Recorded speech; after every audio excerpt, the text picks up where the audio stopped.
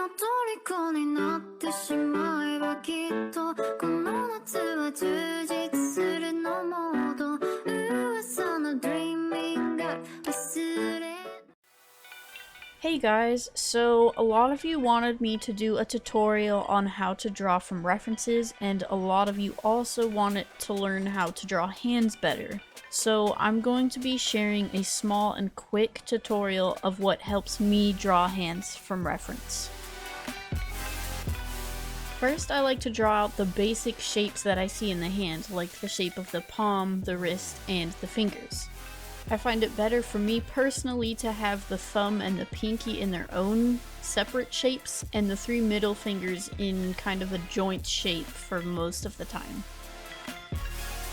Once you have the basic shapes down, it's a lot easier to seek out the structure of the reference.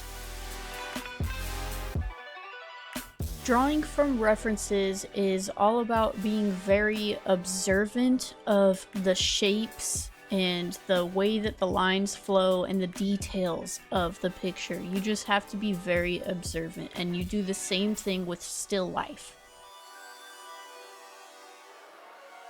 Now that you have more of the shapely features pointed out, you can start working out more of the finer details that you can see in the hand.